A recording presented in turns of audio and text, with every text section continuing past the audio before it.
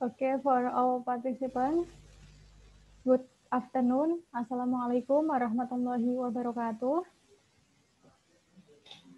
Because the time is running out, we will directly continue to session 4 or final session in for iBook 2020. Maybe I will remind that presentation time for each presenter is 10 minutes maximum, and Q&A session will be start after all scheduled presentation over. So in this session, we have 4 presenters. Maybe I will check the presenter. Already have joined in Zoom. Mrs. Anggita Rahmi, yeah, okay, and then Mrs. Alifah Eviskania. Yes, Okay. I'm here. Thank you. And then Mrs. Laksmindra Fitria. Yes, I'm here. Okay, thank you. And then the last presenter is Mrs. Dewi Hidayati. Okay, maybe Mrs. Dewi Hidayati in another room. So we will continue to first presenter. The first presenter is Mrs. Anggita Rahmi Hapsari. Will present about the growth quality and anti-tumor agent potential ability of pink oyster mushroom using alternative to potato media. Miss Moderator, can I share screen from my lab? Okay. I will change to co-host previously. Okay, please. For Mrs. Anggita, the time is yours.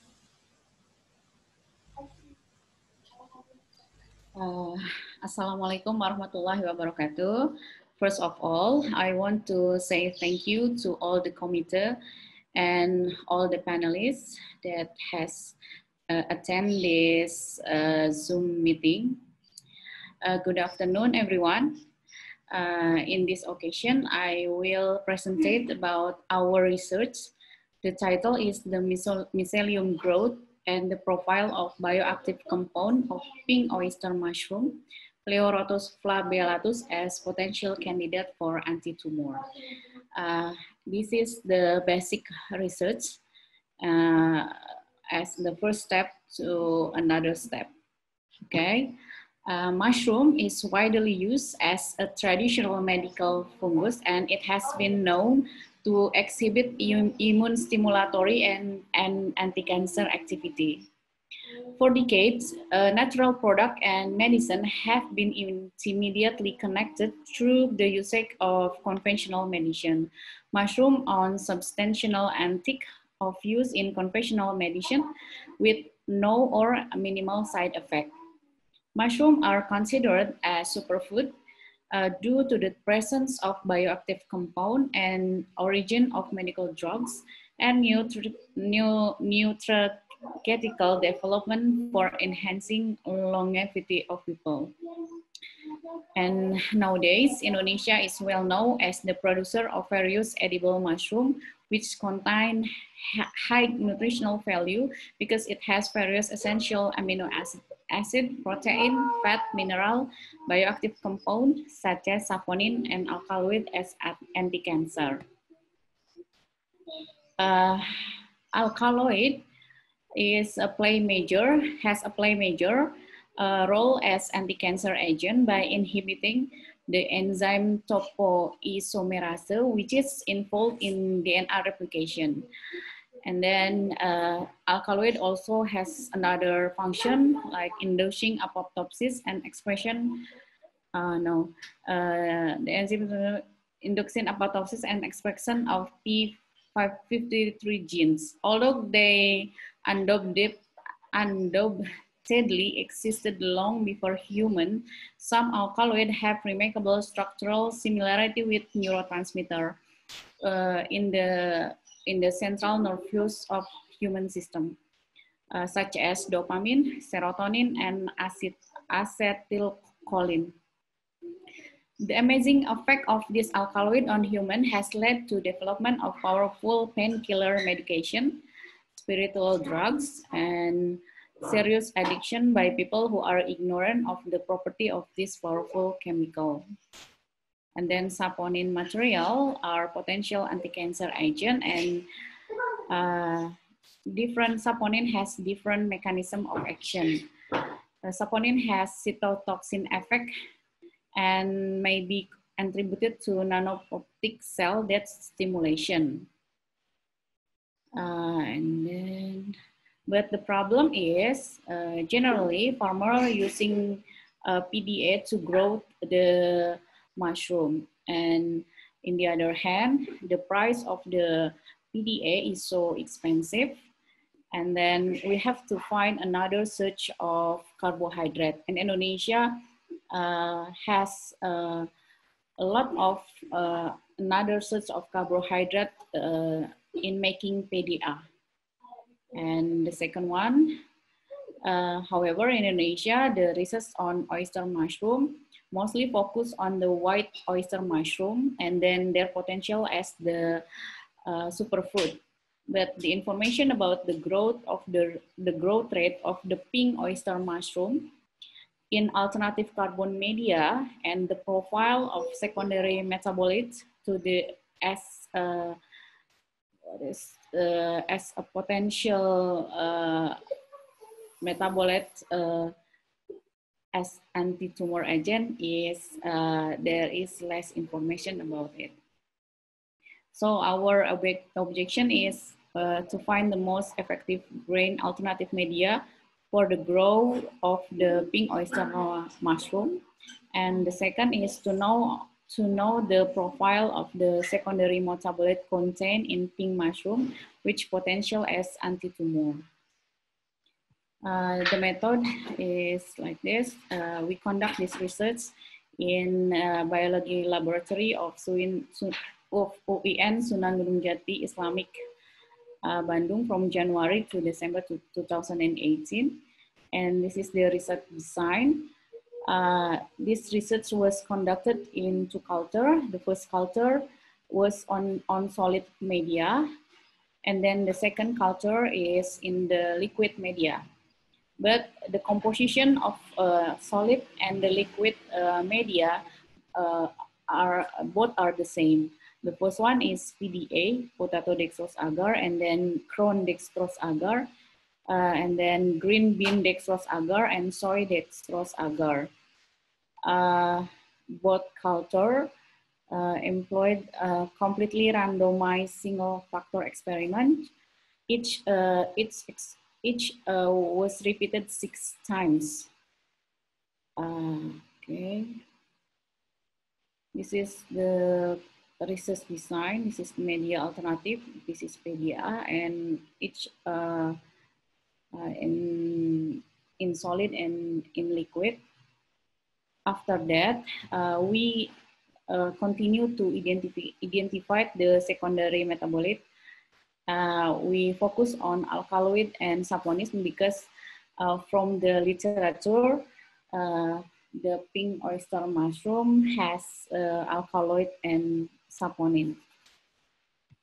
And then this is the formula to measure the growth rate in the media.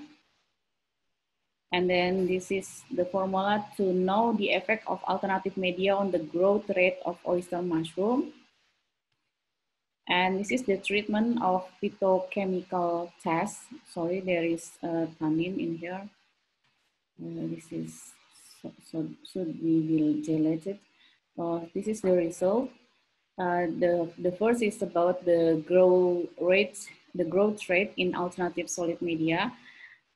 From this picture, we can see that the most effective medium was corn kernel medium, which was 86%, whereas if we compare with the control medium, the control was only 82. There is a significant difference were seen in the soybean and the mung beans, which saw less effect, only 61% in soybean and 63% in mung. mung bean. Mycelia in alternative medium of mung beans took the longest time to grow, and the mycelia were thin compared to the control medium, which was PDA made from potato. This finding was quite puzzling because potato actually does not contain many complex nutrients. Okay. Based on the result of research on the use of cornel, soybean, and mung bean as substitutes for potato in the making of PDA media for growing media of pink oyster mushroom, the colony diameter growth in each medium become bigger every day, but the growth and the increase of mycelium thickness in each medium was different. It was due to the different nutritional value in each medium. According to Maulidina, one of which influenced the growth of mushroom in its growing medium. And the quality of mushroom seedling is influenced by the number of factors, including growing medium for seed, age of seed, and seed storage. This is the picture of the the diameter colony of the mushroom in each medium. And this is the effect of alternative media on the growth of Pleurotus flaveolus. Based on the results, the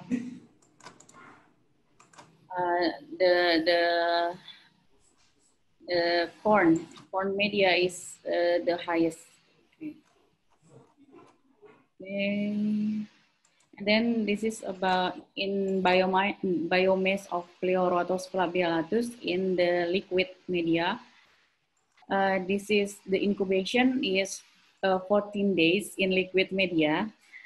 Liquid medium that was effective in producing biomass was mung bean media.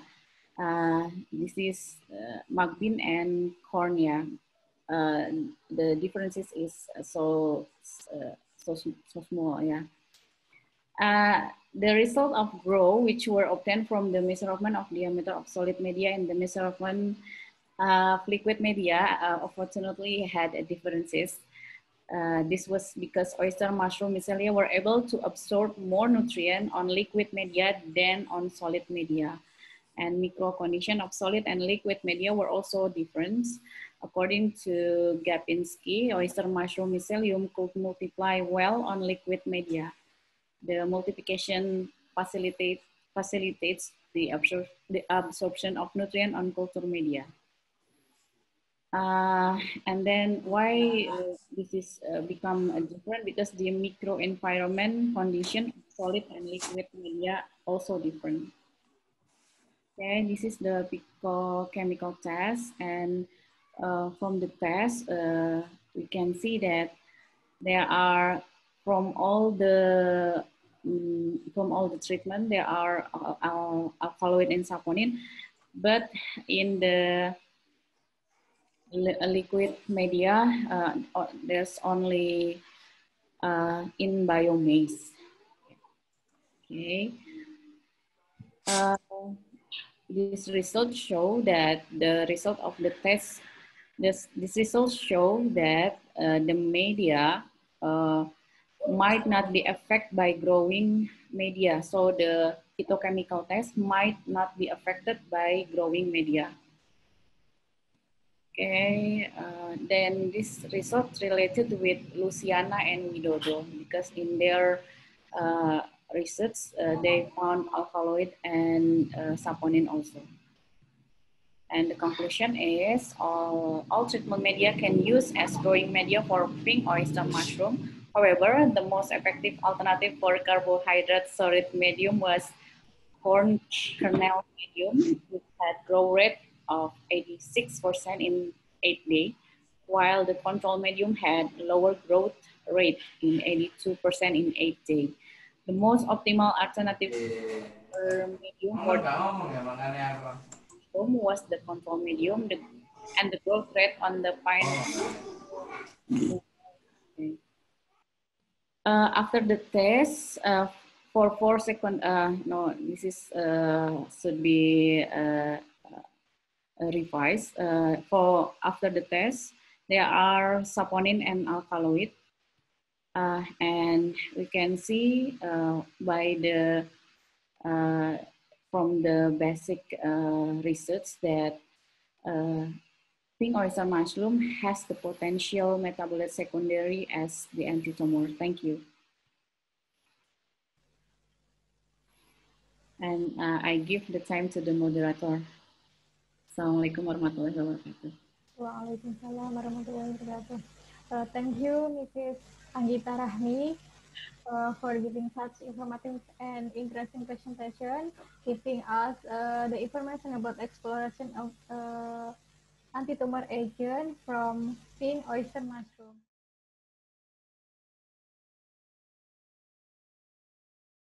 Okay, we will continue to next presenter. The next presenter is Miss Alifah Efiskania. She will present about vitamin C content in marine macroalgae from Sepanjang Gunung Kidul, Yogyakarta, and its potential as a vitamin source in nutrition. Okay, Miss Alifah Efiskania, the time is yours. Please.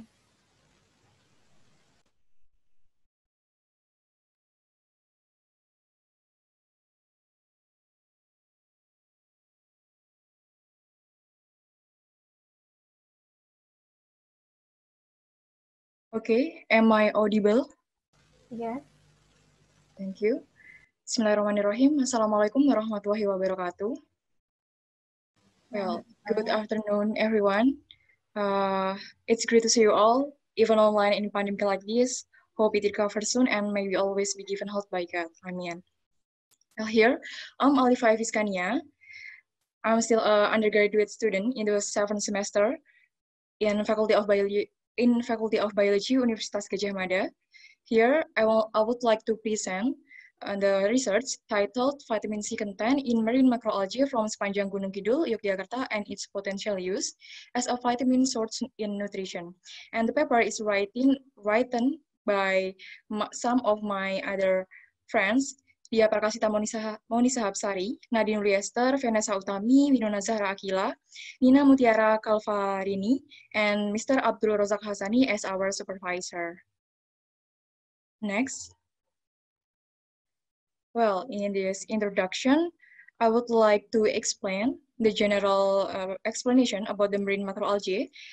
So here, marine macroalgae or seaweeds are one of the abundant biological resources throughout Indonesia, and marine macroalgae are a non-vascular plant, grows abundantly in shallow marine waters, estuaries and dams, and can breed anywhere. Rocky substrate, corals, and substrates suitable for attached sites, and for about 6,000 species of seaweed have been identified and classified as a green algae belongs to Chlorophyceae, and brown algae belongs to Phaeophyceae or Phaeophyta, and red algae belongs to Rhodophyta. And the second point is marine macroalgae are primary producer and food sources for other marine organisms. And the last point is marine macroalgae as a source of vitamin C. And several reports suggest that vitamin C is found richly in most seaweeds. Well, why we did this research? Because research on vitamin C content in marine macroalgae from Sepanjang Gunung Kidul has not been done. Therefore, our research aims to study the content of vitamin C in marine macroalgae and its potential use as a vitamin source in nutrition. Next. So here there are the materials that we use. The first is Sargassum polycystum, belongs to the Phaeophyta or Phaeophyceae, and Palmaria palmata belongs to the Rhodophyta. Ulva lactuca belongs to the Chlorophyta. Aquades, starch solution and iodine solution is used to titration, and starch solution here is as an indicator to absorb the iodine solution in titration. Next.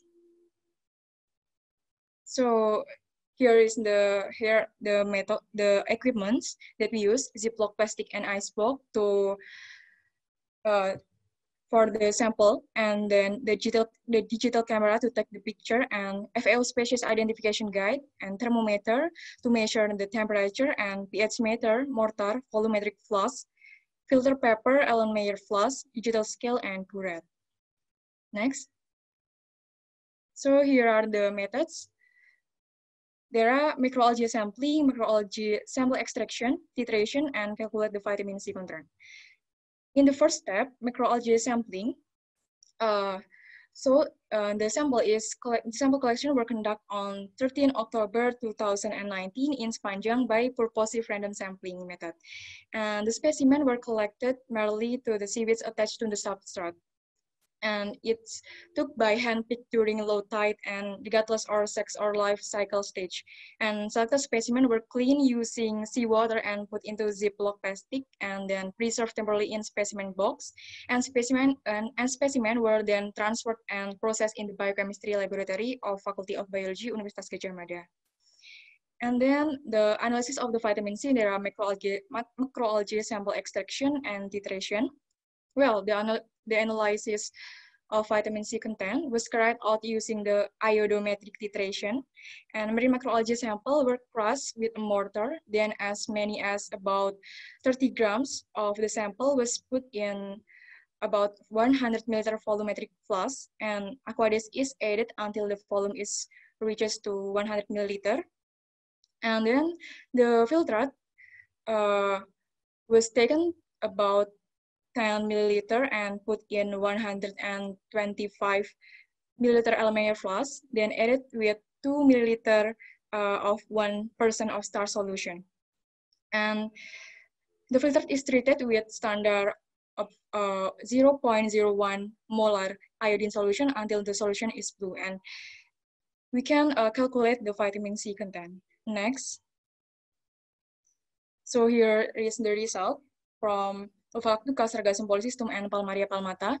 And in 1 milliliter of iodine solution used is equivalent to 0.88 milligrams of vitamin C.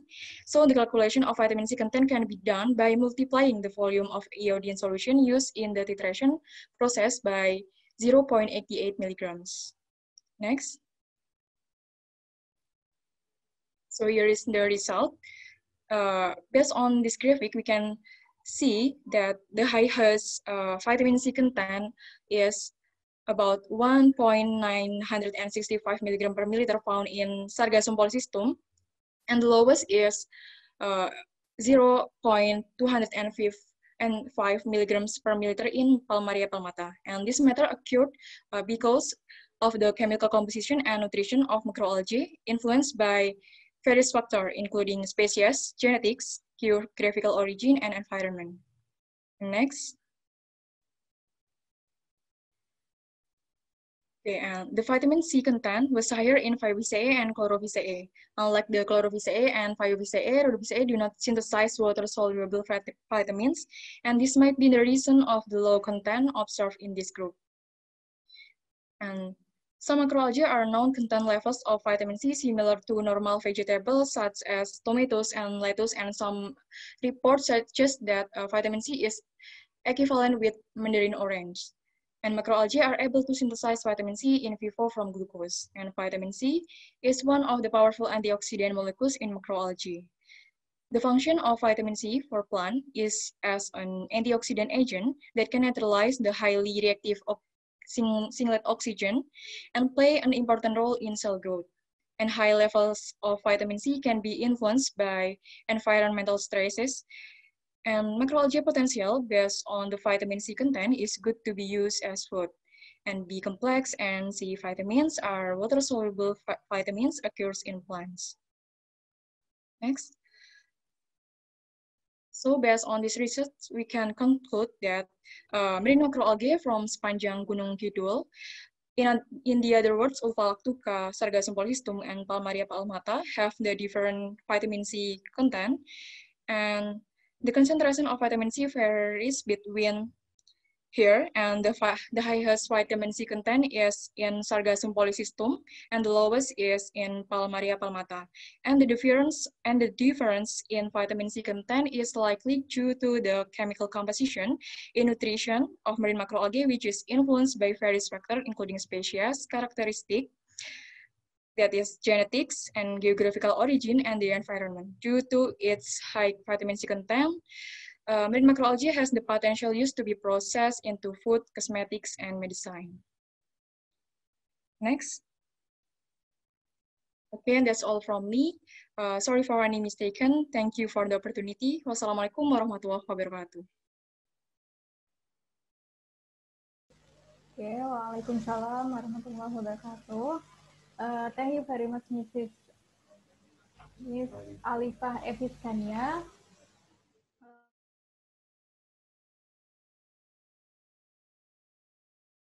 Great presentation. From this presentation, we know the vitamin C in marine microalgae. Yeah.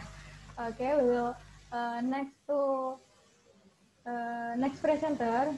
We will continue to next presenter. The next presenter is Mrs. Laksmindra Fitria. Okay, Ibu Laksmindra. Okay, thank you. Okay, I will the try time is to yours. share screen. Okay, please.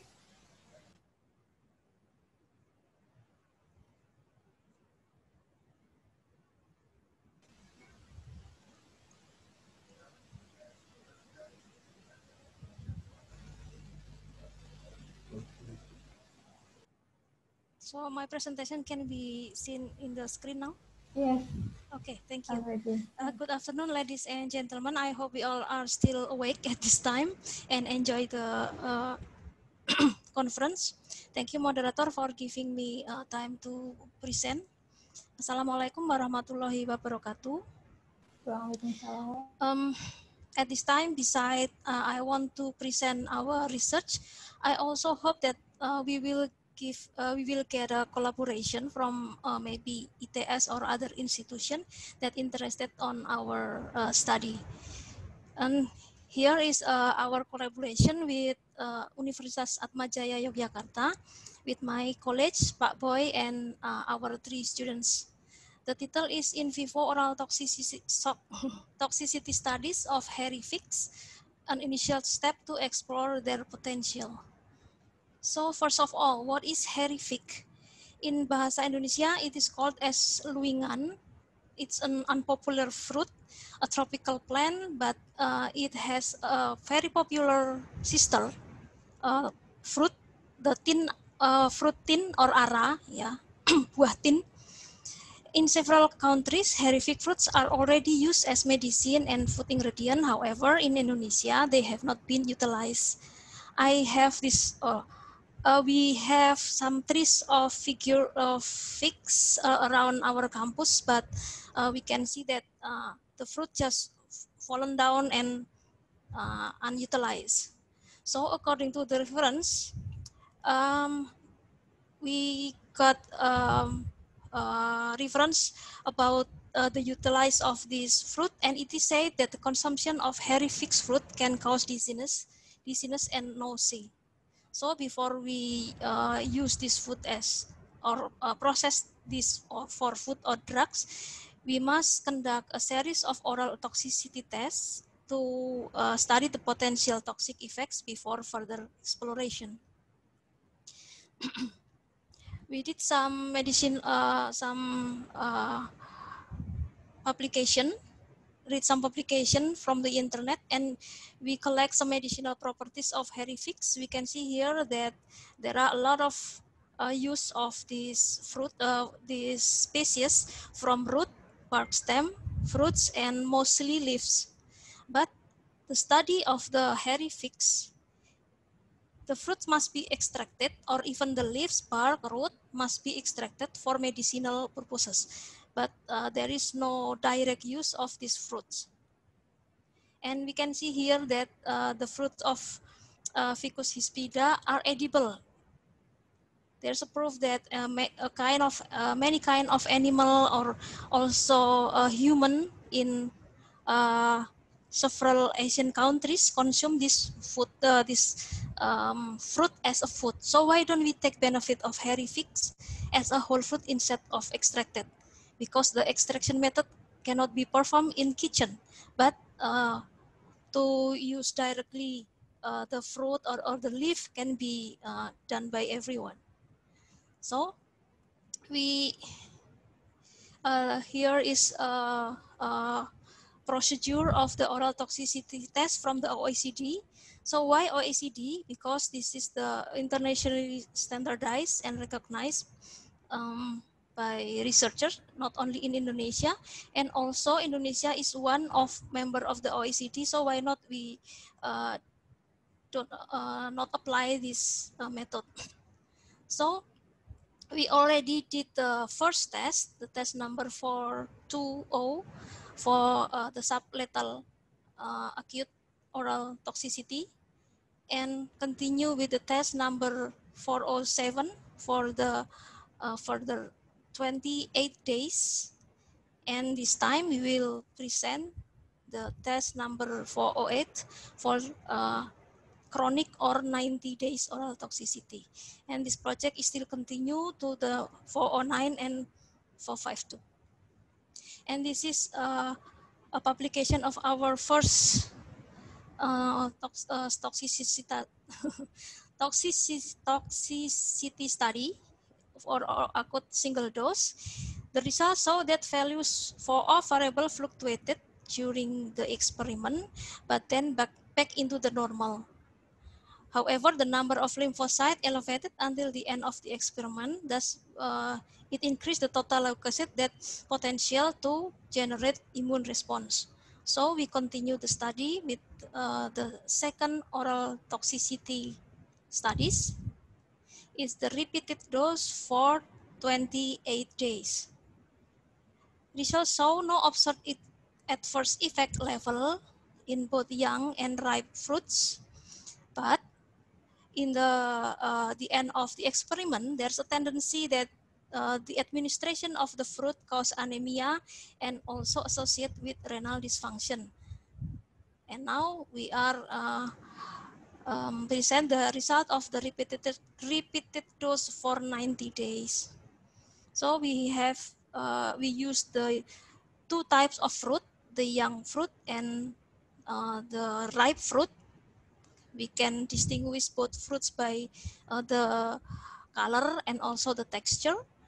And we shredded it finally and filtered. So we have the filtrate, and we stated the filtrate as a pure juice with the concentration of 100% that we will given orally 1 milliliter per individual per day. And for the animal, we use a 4-week-old male and female Wistar rats that is commonly used as the model in clinical trials. And about the care and management of the handling, we equip this study with the ethical clearance from the LPPT UGM. For the grouping, rats were grouped based on sex, male and female, fruit type, the unripe and ripe, and also the control. And we follow the procedure as mentioned to the guideline test number 408 with some modification. Because the protocol, it is stated as dose, but we use the concentration. So it will a little bit modification. And then rats were weighed and blood sample were taken for the hematology, liver and kidney test, and also measure the lipid profile every 2 weeks for at least 90 days. And on the last day, rats were sacrificed for, we have the liver and kidney for histopathological preparation. And data were analyzed for descriptive statistic and also follow with ANOVA using the standard SPSS. So here I will not going into detail for the result because there are a lot of parameters, but I will just explain about the normal or not normal.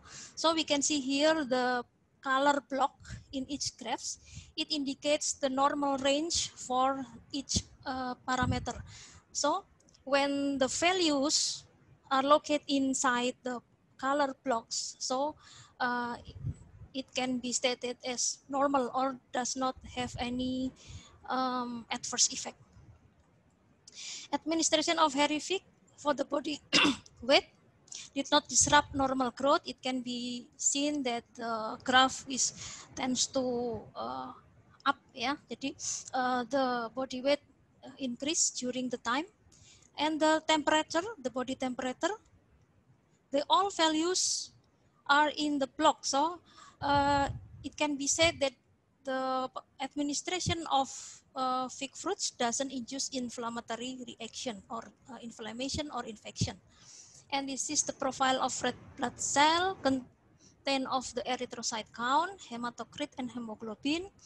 Almost all values are in the block. So they can be stated as normal, but there is an extreme, but it's okay. The extreme is for the control. So it can be concluded that the administration of fig fruit is better than the control. Okay, this is the can be summarized as the administration of hairy fig didn't cause anemia. And on the leukocyte, we also seen here that all the values are in the block. So the administration of fig fruit doesn't generate any immune response. About the platelets, yeah, administration of fig fruit didn't disturb homeostatic process. There's some values get out from the block, but it's okay since the statistical analysis say it's non-significant. There's still more graphics. Okay, about the liver function. ALT and the bilirubin is indicator of the damage of the hepatocyte, and it is we can see here that it's relatively normal or no adverse effect from the administration of ficus filtrates. And about the renal function, there's a little notes there that the unripe fig fruit filtrate, the result is keep increasing. So we are take this as a note, and this is can be a background to continue the research for chronic periods or for 6 months until a year. It will be a long project. And last, about the profile of lipid or the cholesterol. Now we can see a good result here that the group that administered with ficus fruit have a low cholesterol, whether the total cholesterol, the LDL cholesterol, or normal in HDL cholesterol. So we continue with the other profile of lipid, the triglycerides here. Is also generate a good result that the group administered with ficus fruit filtrate doesn't have the similar pattern of the control, that the triglyceride keeps increasing. So we are continue with the next project, which is the potential of ficus fruit to lower the cholesterol. Maybe anyone interested on join us. Okay, summary. From the graphs, we can see this data, and then we can conclude that consumption of young and ripe hairy fig fruit relatively safe until subchronic period. However, chronic toxicity must be conducted to anticipate the adverse effect to renal function due to the one parameter we have star sign, that the BUN or the blood urea nitrogen level in female rats keeps increasing until the end of the experiment. So this is the last slide. As I mentioned before, that I really want to get a collaboration, particularly to analyze the phytochemical properties or the secondary metabolites, because as mentioned by Prof. Franco at the noon, yes, that the metabolite secondary of the bioactive substance is the key to develop any drugs or the safetiness of food, yeah, the potential food that, and as I come from animal physiology, so I have I don't have any competence for that, but we really need the data. In addition, the other interesting topic is that the herific filtrates are quickly oxidized to brown liquid. So it is said that the filtrate has an antioxidant constituent and antioxidant ingredient. So it will quickly oxidize, and we have to do or need some advice from the food technology how to prepare this fruit for much better without reducing the values content, and so we will take the benefits for health.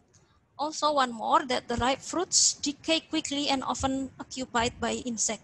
But in biology, if a fruit is occupied by insect, it's a good news. So that the is nutritive and it's good for our health. So for the research on the of herific fruit, pharmaceutical agent must be dilanjutkan ya, must be continue. So why? Let's collaborate. That's all for me. Back to the moderator. Selamat sore. Assalamualaikum warahmatullahi wabarakatuh. Waalaikumsalam Waalaikumsalam warahmatullahi wabarakatuh. Waalaikumsalam warahmatullahi wabarakatuh. Thank you, Mrs. Laksmindra, for giving information about the toxicity potential of herific Ficus hispida in mice.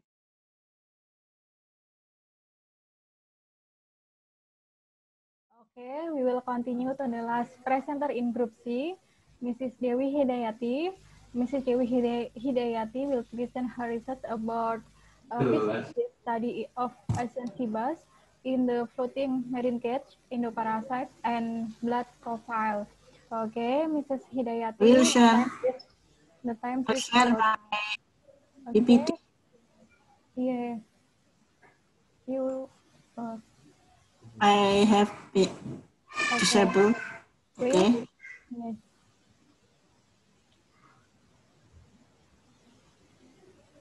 This is. Sorry, I use the PDF since I'm afraid it will be fail if I use the PPT. I use the PDF. It's already. Yes, already, Mom. Yes. Already seen ya. Assalamualaikum warahmatullahi wabarakatuh. Waalaikumsalam.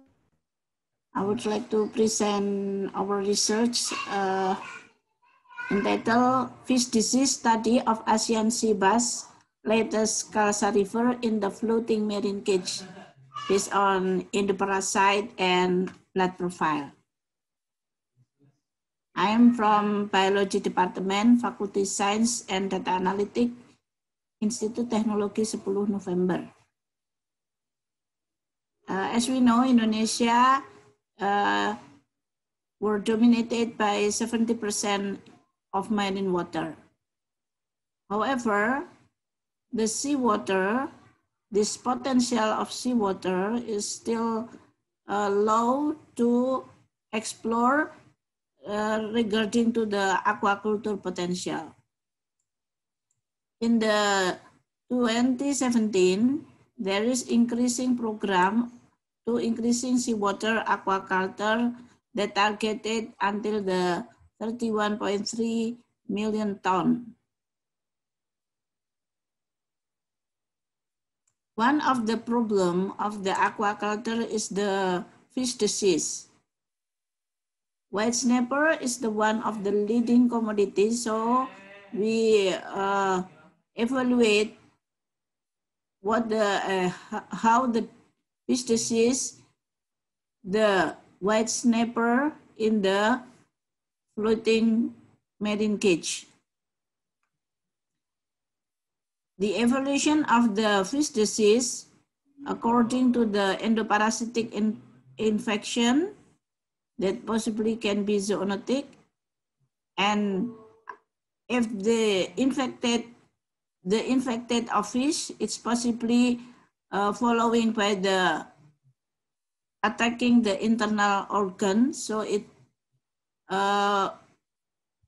maybe it will maybe increasing the disease of the fish. However, if we evaluate the internal organ, it's very difficult. So we use the other bioindicator is the biomarker is the blood profile.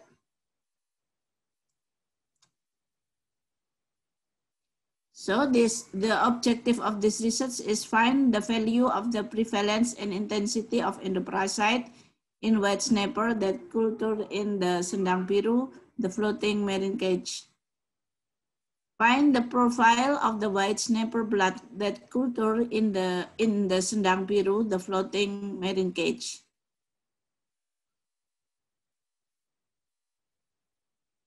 The methods: resampling and measurement of water quality in Sendang Biru floating marine cage, and then blood sampling and organ preparation for endoparasite analysis.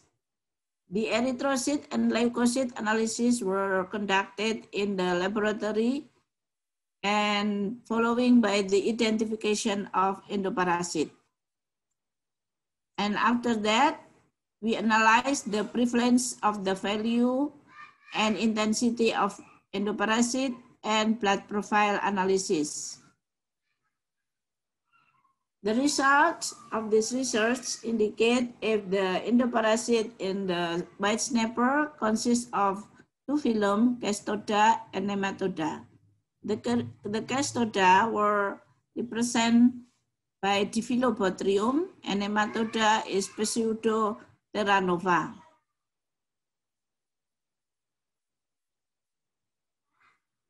The analysis of prevalence and intensity showed that endoparasite of Pseudoterra nova is lower intensity, very low intensity, and the prevalence category is rare. The prevalence were in value of 3.3, while the intensity only 1 individual per fish. While the Diphyllobothrium, the prevalence is 10%, with the intensity is 2.3 individual per fish. Thence the prevalence category is often, while the intensity is categorized very low. The category of this health disease based on the prevalence intensity is according by the Bunkley and Williams.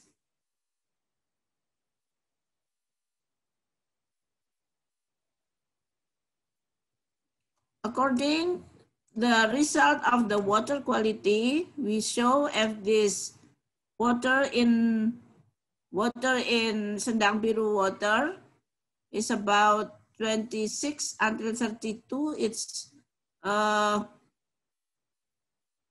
warm water, and the dissolved oxygen is good, about 4 until 8, while the salinity is more brackish and salt water. And the pH, sometimes acid, sometimes alkaline. The ammoniac is high, is high. The total number of erythrocytes that we analyze indicate the average of erythrocyte number is about 0.67, and the erythrocyte of this erythrocyte is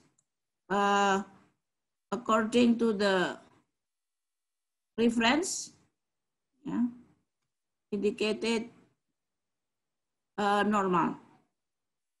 While according to the leukocyte was above the normal range, with the highest number is 9.2, while the reference number of leukocytes in the white snapper is 6.5.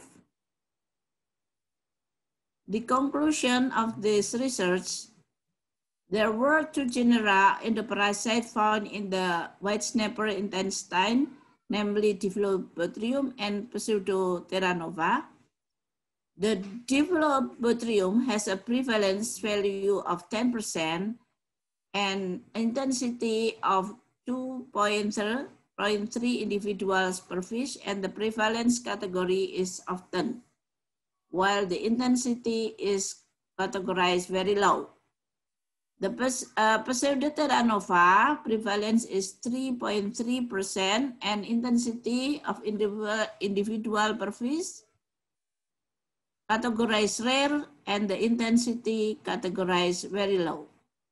The total number of erythrocytes in the fish for the 60th day after rearing is 0.51 and still normal. However, for the leukocyte is above the normal range with the range of 7.78 until 9.2. Thank you for the attention.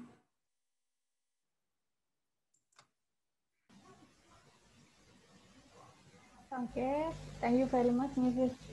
Dewi Hidayati, for interesting presentation and giving such informative about endoparasite in Asian bass. Well, ladies and gentlemen, now we come to question and answer session. We open the question for the participant. To ask a question, participant can use the right hand feature and ask directly to presenter or write the question in chat. Okay, please. Any question for the presenter in the last session? Maybe for Mrs. Anggita or Miss Alifa or Mrs. Laksmida and or Mrs. Dewi Hidayati.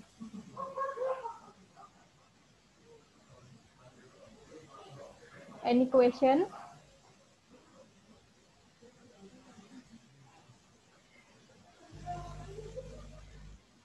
Okay, maybe I will ask to the first presenter, Mrs. Anggita. Hello, Mrs. Anggita. Okay, Mrs. Anggita, what the basis for the determining the medium? You use the three medium, the corn, and The soybean, yes. the green. What the background or what the base of you determine the medium? Pardon me? Can you Why you use the three medium? okay. Yeah. I use the three kind of medium because that medium is has high protein, and the prices is cheap. Is cheaper than if we use the growth medium for the oyster. We have calculated the price is cheaper than we use the PDA commercial. Because the protein content in Yeah. the medium. Okay. The content The of the higher. yeah. Okay, thank you, Mrs. Anggita. Maybe any question from participant? I will go to the other presentation. Okay, okay, Mrs. Okay, thank Dewi you. Hidayati. Thank you very much. Okay, maybe the others. Any question for the presenter, for three presenter in the last session?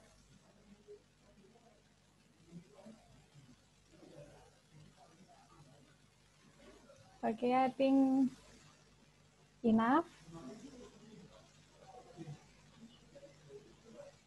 Okay, ladies and gentlemen, we finally come to the end part of this parallel session in Group C of IBOK 2020. I would like to thank so much to the speakers for informative and interesting presentation and to the participants for very active participation. Hopefully, this seminar will be beneficial for everybody. I mean, please give applause for the speaker and for you all participants. Thank you. At the end, for the closing ceremony, we'll in group F. So maybe you can join in group F for closing ceremony. In the end, thank you. Wassalamualaikum warahmatullahi wabarakatuh. Waalaikumsalam warahmatullahi wabarakatuh. Okay, all participants can join to group F for closing ceremony, please. Thank you.